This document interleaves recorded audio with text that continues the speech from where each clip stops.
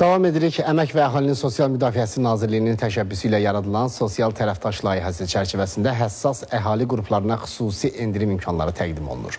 Bu endirimlərdən kimlər necə yararlana bilər? Ətraflı süjetdə. Pensiyaçılar üçün ölkə üzrə seçilmiş marketlər, apteklər və klinikalarda xüsusi endirim imkanları təqdim olunur. Yaşa, əlilliyə, ailə başçısını itirdiyinə görə pensiya alan şəxslər, şəhid ailələri, qazilər, müharibə veteranları, kompensasiya və ünvanlı dövlət sosial yardım alan şəxslər onlar üçün nəzərdə tutulan bu endirimlərdən yararlana biləcəklər. Əmək və Əhalinin Sosial Müdafiəsi Nazirliyi də bütün elektron xidmətlərini vətəndaşlar üçün açıq şəkildə MyGov tətbiqinin inteqrasiyasını tamamlayıb və bu sözü gedən endirim barkodları da artıq pensiyaçılar üçün MyGov mobil tətbiqində ana səhifədə göstərəcəkdir.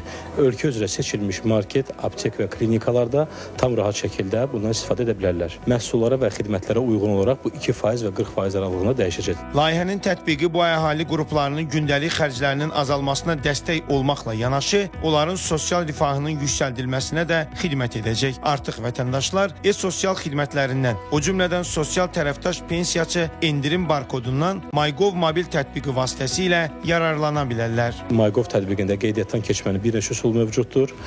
Burada əsas prioritet üsullar asan imza, sima imza və identifikasiya, yəni şəxsiyyət vəsiqəsi məlumatlarını doldurmaqla vətəndaşlar qeydiyyatdan keçərək öz endirim barkodlarını ana səhifədə əldə edə bilərlər. Endirimlərdən yararlanmaq üçün vətəndaşların MyGov mobil tətbiqini yükləyərək qeydiyyatdan keçməyi və tətbiqdə görünən sosial tərəfdaş pensiyaçı barkodunu ödənişdən əvvəl kassada təqdim etməyi kifayətdir. MyGov platforması artıq bütün dövlət xidmətlərini bir mərkəzdə birləşdirən vahid platforma kimi xidmət göstərir. Bu yanaşma vətəndaşların dövlət xidmətlərinə daha operativ və rahat çıxışını təmin edir.